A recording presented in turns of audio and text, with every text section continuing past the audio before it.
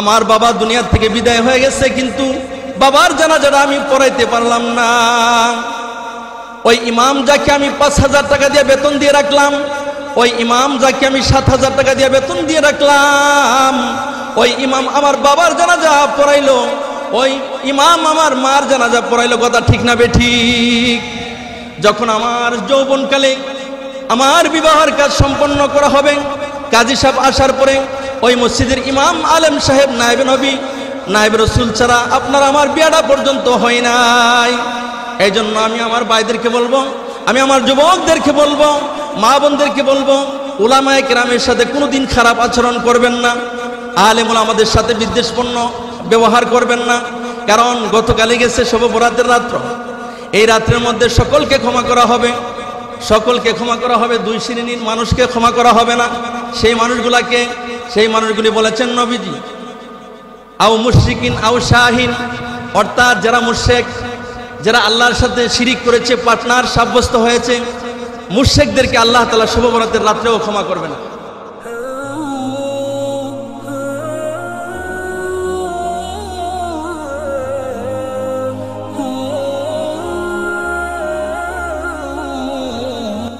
মাহফিল HD media আহলে সুন্নাত ওয়াল জামাতের একমাত্র ইসলামিক ইউটিউব চ্যানেল।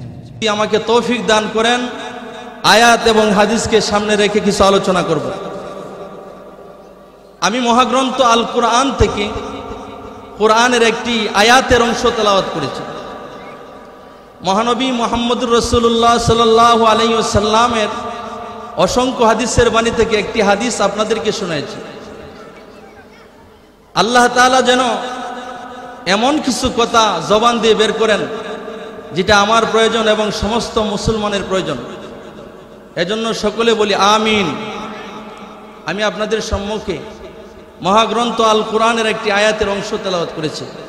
আল্লাহ পাক রব্বুল আলামিন বলেছেন, ওয়াহাদাইনাহুন নাজদাইন, আমি আল্লাহ তোমাদেরকে 2টা রাস্তা দিয়েছি, একটা হলো জান্নাতের রাস্তা, আরেকটি হলো জাহান্নামের রাস্তা। কে জান্নাতের রাস্তায় চলবে, কে জাহান্নামের রাস্তায় চলবে, আপনাকে অধিকার দেওয়া হয়েছে। আপনি চাইলে নেক কাজ করতে পারেন, আপনি চাইলে গুনাহের কাজ করতে পারেন, আপনি চাইলে জান্নাতের রাস্তায় চলতে পারেন, আপনাকে দেওয়া হয়েছে আপনি জাহান্নামের রাস্তায় চলতে পারবেন। এই জন্য জান্নাতে মহানবী মুহাম্মদুর রাসূলুল্লাহ সাল্লাল্লাহু আলাইহি ওয়াসাল্লাম যখন জান্নাতে গিয়েছিলেন, অর্থাৎ মেরাজের রাত্রিতে যখন জান্নাত পরিদর্শন করতে গেছেন, গিয়ে দেখেন জান্নাতের ভিতরে 2 শ্রেণীর মানুষ, অর্থাৎ 2 জন মানুষকে জান্নাতের ভিতরে মহানবী দেখেছেন। একজন মানুষ, যেই মানুষটার পায়ের খরমের আওয়াজ জান্নাতের ভিতরে পাওয়া গেছে, মুসলিম শরীফে হাদিসটা আছে। নবীজি জিবরাইল আলাইহিস সালামকে জিজ্ঞাসা করলেন, হে ভাই জিবরাইল, এই মানুষটাকে, যে মানুষটা এখনো জান্নাতে চলে গেছে, আমি নবী পর্যন্ত জান্নাতে আসতে পারলাম না, আমার কোনো উম্মত জান্নাতে আসতে পারে নাই, কিন্তু একজন মানুষ, যেই মানুষটা দুনিয়াতে আছে কিন্তু জান্নাতে তার কদমের আওয়াজ পাওয়া যাইতেছে। জিবরাইল আলাইহিস সালাম বললেন, ইয়া রাসূলুল্লাহ, এই মানুষটা হলো বেলালে হাবশী, আপনার মসজিদে নববীর মুয়াজ্জিন যিনি, বেলালে হাবশীর কদমের আওয়াজ শোনা যাইতেছে। কিছু দূর আগানোর পরে আবার দেখে একজন মহিলা, যেই মহিলার কণ্ঠস্বরটা নবীজি পরিচিত লাগতেছে বলতেছেন, এবং এই মহিলাকে পরিচিত লাগতেছে। তখন জিবরাইল আমিনকে জিজ্ঞাসা করলেন, নবীজি জিবরাইল আমিনকে জিজ্ঞাসা করলেন যে এই মহিলাটাকে। জিবরাইল আমিন বললেন, ইয়া রাসূলুল্লাহ, ইয়া হাবিবাল্লাহ, এই মহিলাটা হলো আপনার সাবি আবু তালহা, ওনার স্ত্রী জান্নাতের মধ্যে। তখন সাহাবায়ে কেরামকে ফজর নামাজের পরে মহানবী মুহাম্মদুর রাসূলুল্লাহ সাল্লাল্লাহু আলাইহি ওয়াসাল্লাম জিজ্ঞাসা করলেন যে বেলাল, তুমি এখানে আসো। বেলাল রাদিয়াল্লাহু তাআলা আনহুকে ডাক দিলেন। ফজর নামাজের পরে বেলালকে ডাকা হলো। বেলাল রাদিয়াল্লাহু তাআলা আনহু আসলেন। নবীজি প্রশ্ন করলেন, হে বেলাল, আপনি তো দুনিয়াতে আছেন, কিন্তু আমি যখন জান্নাত পরিদর্শন করতে গেছি মেরাজের রাত্রিতে, আপনার কদমের আওয়াজ পাইলাম। আপনি কোন আমল করেছেন যে আমলের বদলে আল্লাহ রব্বুল আলামিন আপনাকে জান্নাতের ভিতরে আমাকে দেখার মতো সুযোগ করে দিয়েছে? আপনার কদমের আওয়াজ আমি পাইছি। আপনি কোন আমল করেছেন? গভীর মনোযোগ দিয়ে শুনবেন। বেলাল রাদিয়াল্লাহু তাআলা আনহু বললেন, ইয়া রাসূলুল্লাহ, আমি তো ছোট্ট একটা আমল করতাম দুনিয়াতে, যে যখনই আমার উজু ছুটে যাইতো তখনই আমি উজু করে নিতাম, এবং উজু করার সাথে সাথে তাহিয়াতুল উজু 2 রাকাত নামাজ পড়ে নিতাম। এই আমলটাই একমাত্র আমি করতাম। নবীজি বলেন, বেলাল, এই আমলটার বিনিময়ে ছোট্ট একটা আমল তুমি করেছো, এই আমলটা আল্লাহর কাছে বড় পছন্দনীয় হয়ে গেছে, যার কারণে আমি নবী তোমাকে দেখে আসছি, তোমার কদমের আওয়াজ শুনে আসছি জান্নাতের ভিতরে। এখানে আসেন, জান্নাতে যাইতে হলে এই আমলটা বেলাল রাদিয়াল্লাহু তাআলা আনহু করেছেন। আমরা কি সবসময় উজু অবস্থায় থাকতে পারবো? কে আছেন 24 ঘন্টা অর্থাৎ ঘুম ছাড়া আমি উজু অবস্থায় থাকতে পারবো? এমন লোক তো পাওয়া যায় না, খুবই কম। তবে জান্নাতে যাইতে হলে এই আমলটা করতে পারলে জান্নাতে যাইতে পারবো। আশরাফ আলী থানভী রহমতুল্লাহি আলাইহি কিতাবের মধ্যে একটা ঘটনা লিখেছেন। 2 জন হাফেজে কোরআন, ওনাদের কবর একই জায়গার মধ্যে দেওয়া হয়েছে। হাফেজে কোরআনের লাশটা অর্থাৎ কবরস্থানটা নদীর পাশে ছিল, যার কারণে নদীর পাশে থাকার কারণে নদী মাটি ভেঙে নিয়ে গেছে, লাশটা বের হয়ে গেছে। এই লাশটা ভাসতে ভাসতে পানির উপরে ভাসতেছে। মানুষ তো আশ্চর্য হয়ে গেছে, কি কারণ যে এই লাশটা পানির উপরে ভাসতেছে। কিছুক্ষণ পরে দেখা গেছে আবার আরেকটা লাশ, যখন দুন্নি চাকা পড়ে গেছে, আরেকটা লাশ বের হয়ে গেছে। লাশটা অপেক্ষা করতেছে পানির উপরে। দ্বিতীয় আরেকটা হাফিজে কোরআনের লাশ ওই পানিতে ভাসতে ভাসতে 2টা লাশ একসাথে গিয়ে ভাইসা একসাথে। মানুষ দেখতেছে যে একটা লাশের কাফনের কাপড় একবারে চকচক করতেছে সাদা, ধকধক করতেছে সাদা, আর একটা কাফনের কাপড় কালো হয়ে গেছে, ময়লা হয়ে গেছে। কারণটা কি?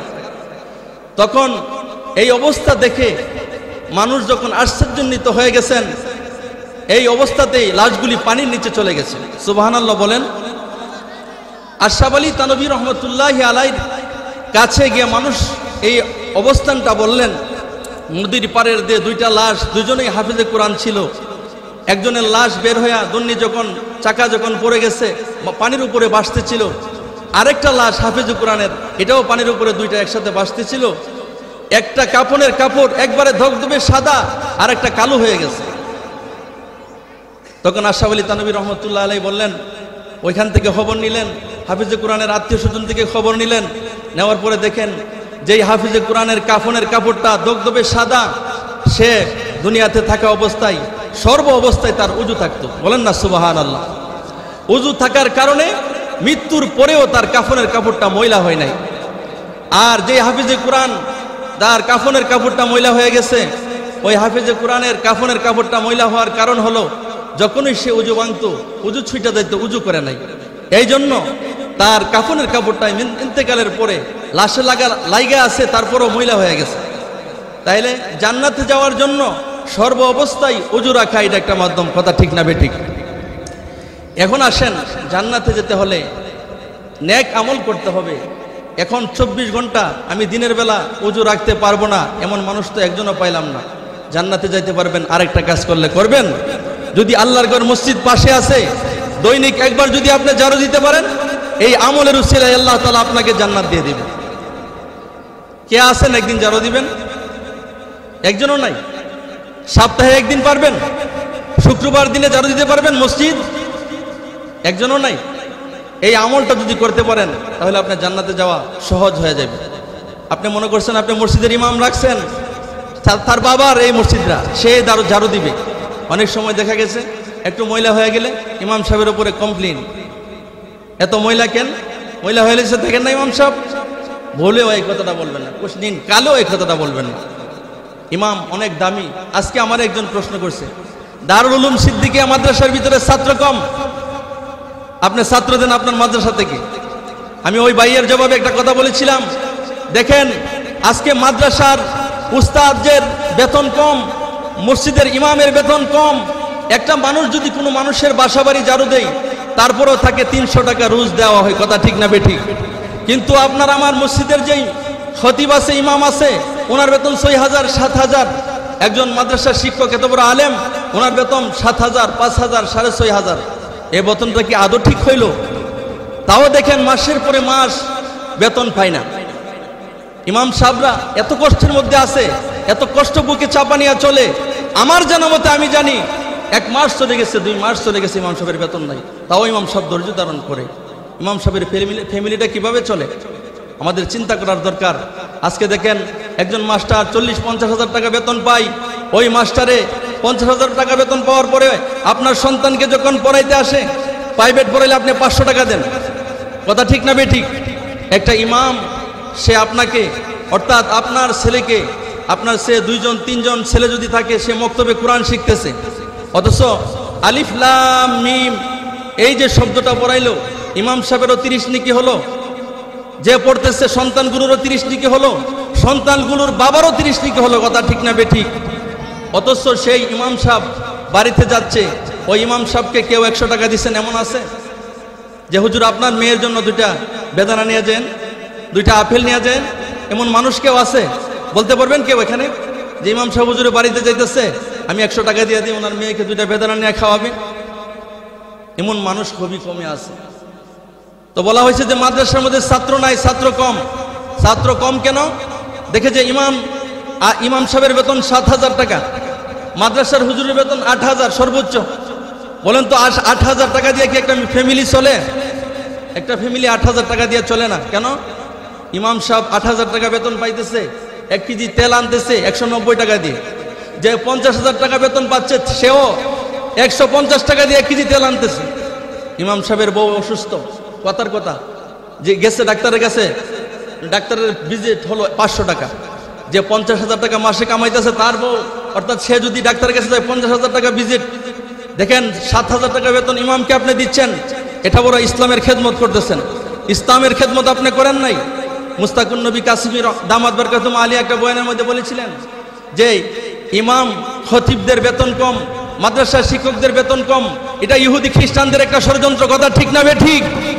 আজকে দেখেন ইমামদের বেতন কম হওয়ার কারণে, মাদ্রাসার শিক্ষকদের কম বেতন হওয়ার কারণে মাদ্রাসায় পড়াইতে চায় না। প্রায় সময় দেখি মুরব্বীরা বলে, নাতিদেরকে বলে, মাদ্রাসায় পড়ে করবি কি? 5,000 টাকা বেতনে তোর সংসার চলবে? এ কথা বলে কি না? আমি আমার মুসলমান ভাইদেরকে বলবো, আমাদের এই মনহীনতা, আমাদের এই ছোট মনকে আপনি পরিবর্তন করেন। ইমাম সাহেবদের বেতন বাড়ান, আলেম ওলামাদের বেতন বাড়ান, মাদ্রাসার শিক্ষকদের বেতন বাড়ান। কমপক্ষে 10,000 টাকা দিলেও একটা ফ্যামিলি চলতে পারে। এদিকে ইমাম সাহেব দুঃখ করতেছে, ইমাম সাহেব কি পায় না? বেতন পর্যাপ্ত পাইতেছে না, সংসারটা চলতেছে না, কষ্ট হইতেছে। ইমাম সাহেবের মা বাবা আছে, মা বাবাকে তো করতে গেলে টাকা পয়সার দরকার। সমাজে যদি আলেম হওয়ার পরে মা বাবাকে করতে না পারে, সমাজের মানুষও খারাপ মনে দেখে, খারাপ নজরে দেখে। কথা ঠিক না বেঠিক? এই জন্য দেখেন কোন অ্যাডভোকেট, FRCS, MBBS, বৈজ্ঞানিক, ইঞ্জিনিয়ার, প্রফেসর, ডক্টর, MP, মন্ত্রী, যত পদ নিয়ে বাংলাদেশের মধ্যে আছে, পৃথিবীর মধ্যে আছে, কোন একটা মুসলমান মারা যাওয়ার পরে সেই মুসলমানকে এই ডিগ্রিওয়ালারা কোনোদিন জানাজার নামাজ পড়াইছে? কথা বলেন, পড়াইছে কোনোদিন? কিন্তু কে পড়াইছে? নবীজি বলেন, আল উলামা ওয়ারাসাতুল আম্বিয়া। ওয়ারেসে নবী জানাজার নামাজ পড়াইছে। আমার বয়স হয়ে গেছে কত? 60 বছর, 70 বছর হয়ে গেছে, 50 বছর হয়ে গেছে। আমার বাবা দুনিয়ার থেকে বিদায় হয়ে গেছে, কিন্তু বাবার জানাজাটা আমি পড়াইতে পারলাম না। ওই ইমাম যাকে আমি 5,000 টাকা দিয়ে বেতন দিয়ে রাখলাম, ওই ইমাম যাকে আমি 7,000 টাকা দিয়ে বেতন দিয়ে রাখলাম, ওই ইমাম আমার বাবার জানাজা পড়াইলো, ওই ইমাম আমার মার জানাজা পড়াইলো। কথা ঠিক না বেঠিক? যখন আমার যৌবনকালে আমার বিবাহের কাজ সম্পন্ন করা হবে, কাজী সাহেব আসার পরে ওই মসজিদের ইমাম, আলেম সাহেব, নায়েবে নবী, নায়েবে রসুল ছাড়া আপনার আমার বিয়াটা পর্যন্ত হয় নাই। এই জন্য আমি আমার ভাইদেরকে বলবো, আমি আমার যুবকদেরকে বলবো, মা বোনদেরকে বলবো, উলামায়ে কেরামের সাথে কোনোদিন খারাপ আচরণ করবেন না, আলেম ওলামাদের সাথে বিদ্বেষপূর্ণ ব্যবহার করবেন না। কারণ গতকালে গেছে শবে বরাতের রাত্র, এই রাত্রের মধ্যে সকলকে ক্ষমা করা হবে, সকলকে ক্ষমা করা হবে, 2 শ্রেণীর মানুষকে ক্ষমা করা হবে না। সেই মানুষগুলাকে, সেই মানুষগুলি বলেছেন নবীজি, আও মুশরিকিন আও শাহিন, অর্থাৎ যারা মুশরিক, যারা আল্লাহর সাথে শিরিক করেছে, পার্টনার সাব্যস্ত হয়েছে, মুশরিকদেরকে আল্লাহ তাআলা শুভ বরাতের রাত্রেও ক্ষমা করবে না। যারা শাহেন অর্থাৎ বিদ্বেষপূর্ণ মানুষ, যাদের অন্তরটা বিদ্বেষপূর্ণ, তাদেরকে আল্লাহ তাআলা ক্ষমা করবেন না। এই দুই শ্রেণীর মানুষ ছাড়া যত অপরাধ করেছে, যত অন্যায় করেছে, আল্লাহ তাআলা তাদেরকে ক্ষমা চাইলে তওবা করলে মাফ করে দিবেন, কিন্তু মুশরিককে ক্ষমা করবেন না। কিন্তু যারা এই মুশরিকদেরকে ক্ষমা করবেন না এবং বিদ্বেষপূর্ণ যারা শাহেন, তাদেরকেও ক্ষমা করবেন না। এই জন্য মেহেরবানি করে আমরা আলেমদের সাথে আদোয়াতি রাখবো না, দুশ্মনী রাখবো না। আলেমদের সাথে যদি দুশ্মনী রাখি, আলেমদের সাথে যদি শত্রুতা আমি করি, তাহলে মারা যাওয়ার সময় আপনার আমার ঈমান নসিব হওয়া বড় কঠিন হয়ে যাবে। বাস্তব নজির আমি দেখেছি, যারাই নাকি আলেমদের সাথে বেয়াদবি করেছে, আলেমদের সাথে মলমানিন্য, আলেমদের সাথে খারাপ আচরণ করেছে, তাদের অবস্থা ভীষণ অবস্থা খারাপ হয়ে গেছে। এজন্য বলতেছিলাম, যারা সভাপতি আছেন, মাদ্রাসা সভাপতি, মসজিদের সভাপতি, মসজিদের সেক্রেটারি, আপনারা আপনাদের মনকে ভালো করে ইমাম সাহেবদের বেতন বাড়ায় দেন, তাহলে ইমাম সাহেবের মন ঠিক থাকবে। এদিক দিয়ে ইমাম সাহেবের অভাব দূর হয় না। ইমাম সাহেবের দুঃখ দুঃখ করতেছে, কাঁদতেছে, মানে পরিবারের লোকদের ছেলে আসে, মেয়ে আসে, ছেলের জন্য দুধের প্রয়োজন হয়, ছেলে মেয়ের জন্য ডাক্তারের প্রয়োজন হয়, ছেলে মেয়ের জন্য ওষুধপত্রের দরকার হয়, নিজের কাপড়ের প্রয়োজন হয়। আপনি যদি 7,000 টাকা বেতন দেন, এই চিন্তাই তো ইমাম সাহেবের বড় অবস্থা খারাপ হয়ে থাকে। রুকুতে দিকে সেজদা দিবে। আবার কিছু ভুল যদি হয় সমাজে, মানুষে হোস্টেলে রাস্তাঘাটে সমালোচনা করে, ইমাম সাহেব ভুল করবে না কি করবে তাহলে? এবার আসেন, বলতেছিলাম যে ইমাম যে কত দামি, উলামায়ে কেরাম যে কত দামি, তার ইজ্জত আর সম্মান যদি কেউ দিতে পারে, ইজ্জত আর সম্মান যদি কেউ করে, তাকেও আল্লাহ তাআলা তার ইজ্জতকে বাড়ায় দিবে। এজন্য বলতেছিলাম, আলিফ লাম মিম, ইমাম সাহেব 1 মাস চাকরি করে মক্তব পড়াইলো আপনার সন্তানকে। মক্তব পড়ানোর পরে আপনি ইমাম সাহেবকে 3টা ছেলে পড়ে যদি বাংলা ইংরেজি পড়তো, ABCD, এ ফর আল্লাহ, বি ফর বই, এগুলি যদি পড়ে 500 টাকা দিতে হয়। আপনার 3টা ছেলে মাদ্রাসায় পড়তেছে অথবা মক্তবে পড়তেছে, ইমাম সাহেব আপনার সন্তানদেরকে পড়াইতেছে, আপনি 100 টাকা করে দিলেও 300 টাকা আসে মাসে, কিন্তু 5 টাকা তো দিবেন না ইমাম সাহেবকে। কেন? আপনার আমার মন ভালো না। এজন্য উলামায়ে কেরাম, এই মসজিদের মার্বেল পাথর লাগবে। ইমাম সাহেব বলতেছে, কে আছেন যে এই মসজিদের জন্য 5 লক্ষ বা 4 লক্ষ টাকার মার্বেল পাথর লাগবে? একজন ফটিক চাচা বলবে, ঠিক আছে আমি 4 লক্ষ টাকা দিয়ে দিব মার্বেল পাথরের জন্য, কিন্তু এর বিনিময়ে আমার আব্বা আম্মা জান্নাতে যাইতে হবে। দাবি কি? এর বিনিময়ে আব্বা আম্মা জান্নাতে যাইতে পারবে, জান্নাতে যাওয়া লাগবে। কিন্তু আপনি যদি বলেন পরের দিন আপনি 10,000 টাকা দেন মার্বেল পাথরের জন্য, 10,000 টাকা ওই লোকটা দিবে। যদি বলেন যে ইমাম সাহেবকে আপনি 100 টাকা দেন হাদিয়া, 100 টাকা দিতে কেউ রাজি না। এই জন্য উলামায়ে কেরামের বেতনকে বাড়ায় দেওয়া, উলামায়ে কেরামের ইজ্জত বাড়ায় দেওয়া।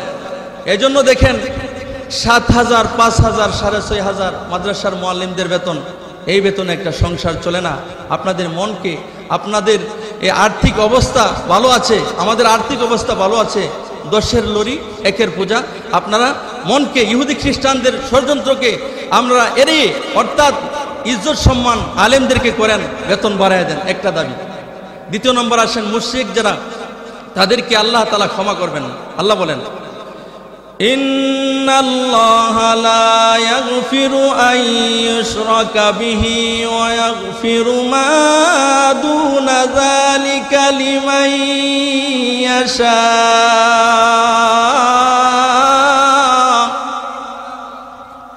আল্লাহ বলেন, শিরিক ছাড়া যত গুনাহ আছে আমি আল্লাহ সমস্ত গুনাহকে ক্ষমা করে দিব, কিন্তু শিরিক গুনাহ আমি আল্লাহ মাফ করব না। এটা হলো একটা ঘোষণা। শিরিক গুনাহ কাকে বলে? আল্লাহর সাথে পার্টনার সাব্যস্ত করা, আল্লাহর সমকক্ষ কাউকে বানানো, এটাই হলো শিরিক। 4 আঙ্গুল কপাল আল্লাহ তাআলা আপনাকে আমাকে দিয়েছেন আল্লাহ তাআলার কুদরতি পায়ে সেজদা করার জন্য। আপনি যদি মাজারে সেজদা করেন, পীরের পায়ে সেজদা করেন, আপনি গায়রুল্লাহর নামে মান্নত করেন, মাজারের নামে মান্নত করেন, এটাই হবে শিরিক। আল্লাহ তাআলা আমাদেরকে শিরিক মুক্ত ঈমান দান করুক, সকলে বলেন আমিন।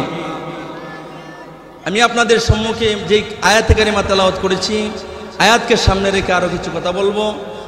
এই যে পৃথিবীতে এমন একজন মহিলা অতিবাহিত হয়ে গেছেন, যেই মহিলা 40 বছরের ভিতরে কোরআনের আয়াত ছাড়া কোনোদিন কথা বলে নাই।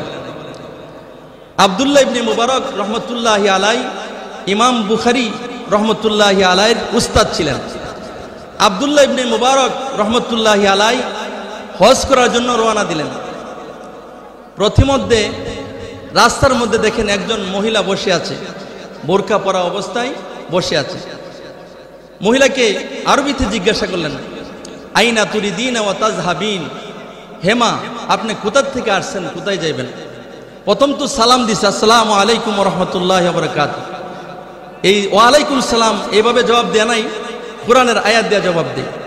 তখন মহিলাকে এই কথা জিজ্ঞাসা করা হলো, আপনি কোথা থেকে আসছেন, কোথায় যাইবেন?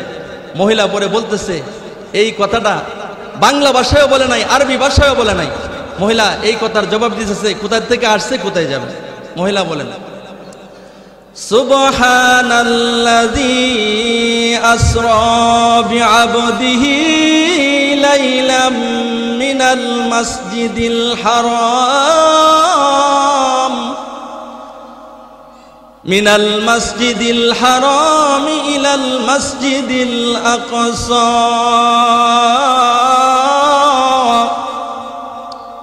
আমি খানায়ে কাবাকে তোয়াফ করার পরে মসজিদে আকসা যাব। এটা হলো ইনডাইরেক্ট তরজমা কোরআনের। তখন আব্দুল্লাহ ইবনে মুবারক রহমতুল্লাহি আলাই প্রশ্ন করলেন, মা আপনি এখানে কতদিন যাবত আছেন? ওই মহিলা কোরআনের আয়াত দিয়ে কথাটা বলতেছে, কতদিন যাবত এখানে আছেন? সালাসা লায়ালিন সাওয়্যা, আমি 3 দিন যাবত এখানে আছি। যেই কাফেলার সাথে আমি হজে যাইতেছিলাম, ওই কাফেলার থেকে আমি বিচ্ছিন্ন হয়ে গেছি। তখন আব্দুল্লাহ ইবনে মুবারক রহমতুল্লাহি আলাই বলেন, মা আরো মা কি তাআমান তাকুলিনা, হে মা আপনার সামনে তো কোনো খাবার দেখি না, 3 দিন যাবত আপনি কি খাইতেছেন? মা বোনেরা গভীর মনোযোগ দিয়ে শোনার চেষ্টা করবেন। ওই মহিলা বলে, আমি কোনো কিছু খাই নাই। রায়হান, মহিলা বলতেছে, আমার কাছে কোনো খাবার নাই, 3 দিন যাবত আমি কোনো খাবার খাই নাই। এই কথাটাও আরবিতে কোরআনের আয়াত দিয়ে বলে, শুনবেন? মহিলা বলেন, সুম্মা আতিম্মুস সিয়ামা ইলাল লাইল। আল্লাহ বলছেন সন্ধ্যা পর্যন্ত উপবাস থাকার জন্য, অর্থাৎ রোজা রাখার জন্য।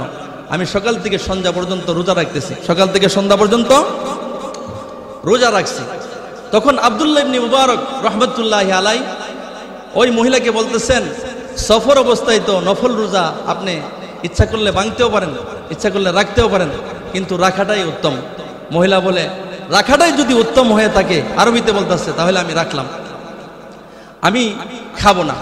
এই কথাটা কিভাবে বললো? কোরআনের আয়াত দিয়ে বলছে, ওয়া আন তাসুমু খায়রুল লাকুম, সফর অবস্থায় রোজা রাখলে যদি ভালো, তাহলে আমি রোজাই রাখলাম। সুবহানাল্লাহ বলেন না? এই মহিলাকে আব্দুল্লাহ ইবনে মুবারক বলতেছে, ওগো মা আপনি তো ডাইরেক্ট কোনো আরবি ভাষায় কথা বলেন না, আপনি তো ইনডাইরেক্ট কথা বলেন কোরআনের আয়াত দিয়া। আপনি কোরআনের আয়াত দিয়া বললে আমি তো বুঝতে কষ্ট হই, আপনি কেন কোরআনের আয়াত দিয়া বলেন? ওই জবাবটা মহিলা দিচ্ছেন কোরআনের আয়াত দিয়া। আবার মা ইয়ালফিযু মিন কাওলিন ইল্লা লাদাইহি রাকীবুন আতীদ।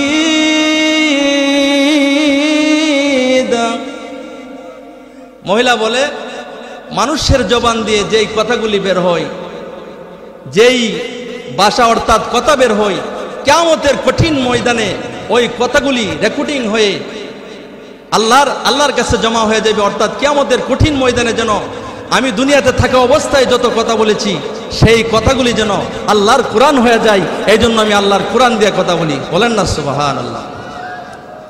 এই মহিলাকে বলতেছে, মা আপনাকে আমি আপনার গন্তব্যে পৌঁছে দেব, আপনি কি যাইতে রাজি? মহিলা বলতেছে, হ্যাঁ আমি যাইতে রাজি। ঠিক আছে, তাহলে তো আপনার উঠের উপরে উঠতে হবে, উঠের উপরে উঠাইবে, তারপরে আপনাকে গন্তব্যে পৌঁছে দেওয়া হবে। আব্দুল্লাহ ইবনে মুবারক রহমতুল্লাহি আলাই উঠে ওঠার জন্য বলছে, উটটাকে বসাইয়া দিছে। বসাইয়া দেওয়ার জন্য আব্দুল্লাহ ইবনে মুবারক যখন বললেন, মা আপনি উঠেন, এই কথা বলে তাকায় আছে। তো তাকায় আছে, আমাদের সমাজে দেখেন গাড়ির মধ্যে উঠতে গেলে দেখবেন বোরকা পরা থাকলেও কোনো মহিলা কাপড়টা একটু আলগি দিতে হয়। দুষ্ট পোলাপাইন আছে না, তাকায় তাকে দেখার জন্য, যার অন্তরে রোগ আছে, যার অন্তরে কুবাব আছে, এই জন্য সে এই তাকে আছে। আব্দুল্লাহ ইবনে মুবারকের এই তাকানো দেখে ওই বুড়িমা বলতেছে, হে আব্দুল্লাহ ইবনে মুবারক, এই কথাটা কোরআনের আয়াত দিয়ে বলতেছে, আপনি নিচের দিকে তাকান, আমি উটের মধ্যে উঠি। এই কথাটা কোরআনের আয়াত দিয়ে বলে, মহিলা বলে, কুল লিল মুমিনিনা ইয়াগুদ্দু মিন আবসারিহিম। আল্লাহ বলেছেন, হে মুমিন পুরুষেরা, তোমরা যখন রাস্তা দিয়ে হাঁটবা চলবা, তোমরা তোমাদের নজরকে নিচের দিকে রাখো। আব্দুল্লাহ ইবনে মুবারক রহমতুল্লাহি আলাই এই আয়াত বলার পরে মহিলা নিচের দিকে তাকাইছে, আর ওই মহিলা উটের উপরে উঠছে। এরপর আরেকটা প্রশ্ন করছে, উটের উপরে ওঠার আগে, আপনি কি উটের উপরে উঠবেন? মহিলা উঠবো না উঠবো এই কথাটা বুঝে থেকে আরেকটা আয়াত বলছে। মহিলা বলে, ওয়াল খাইলা ওয়াল বিগালা ওয়াল হামিরা লিতারকাবু ইলাইহা।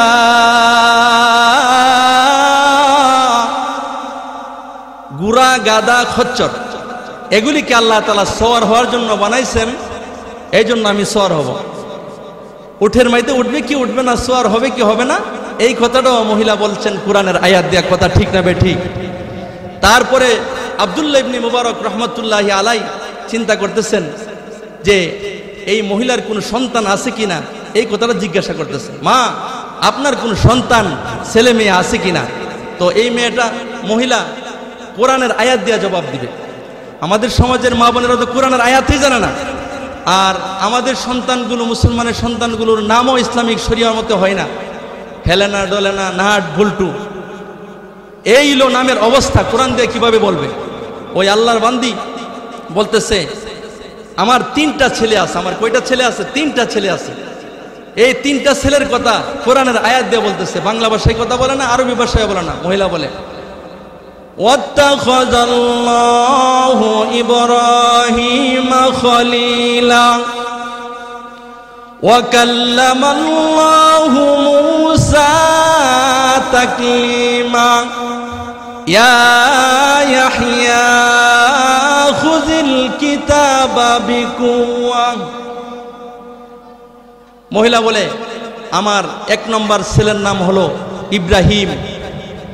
ইয়া ইয়াহইয়া ওয়াত্তাখাযাল্লাহু ইব্রাহিমা খলীলা।